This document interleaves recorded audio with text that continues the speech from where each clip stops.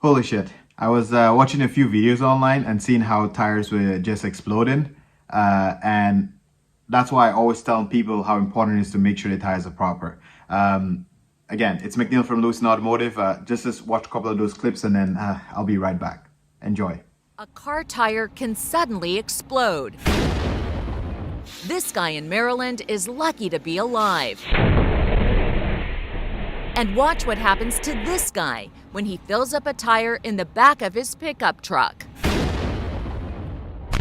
Every year, dozens of people are seriously injured or even killed while filling their tires with air. So what can we learn from this to make sure this doesn't happen to you? A few things to consider. One, if you have a tire that has a little bit low tire pressure, low air, doesn't have enough air in it, do not run or drive the car on a flat tire unless you plan on getting rid of the tire. Because what that does is you may not see it on the outside of the tire, but on the inside, the rim is damaging the inside of the tire, mixing that little powder dust on the inside. So now the tire is compromised. So sometimes you do see on the outside wall of the tire, you might see the indentation that the tire that you did drive on it, right?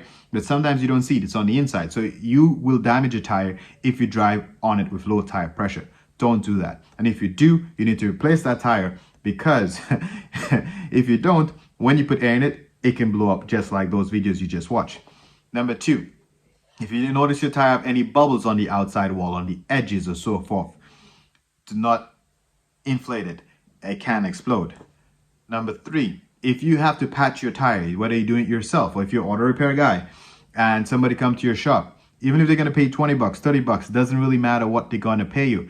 If the nail is on the edge of the tire, anywhere but not the middle treads, do not plug the tire. When you plug the tire, you'll compromise the wall and you put some air in the tire, it can blow too.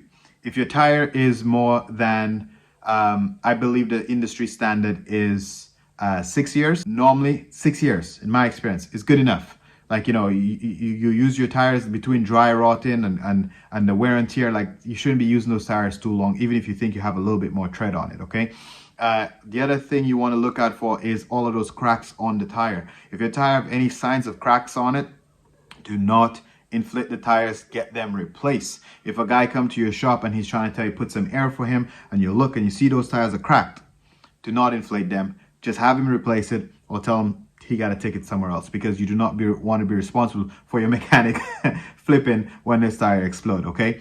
And then the last and final most important tip is obviously do not overinflate your tires. Open up the driver door. You will see a tire sticker that tells you what the tire pressure should be on the car. Not a lot of mistakes people make is they look on the tire wall. The tire wall tells you the maximum pressure, cold pressure that this tire can handle. So even if it says 40 psi, it doesn't mean that you should put 40 psi in the tire. It's telling this is the maximum load the tire can handle. If you check on the door, you'll see what the manufacturer recommends you to put in the tire. So most times it's between 32 psi, 35 psi, depends on the car. But open up the driver door, check and see what the inflation instructions are. Make sure that you know the pressure is right. Be safe.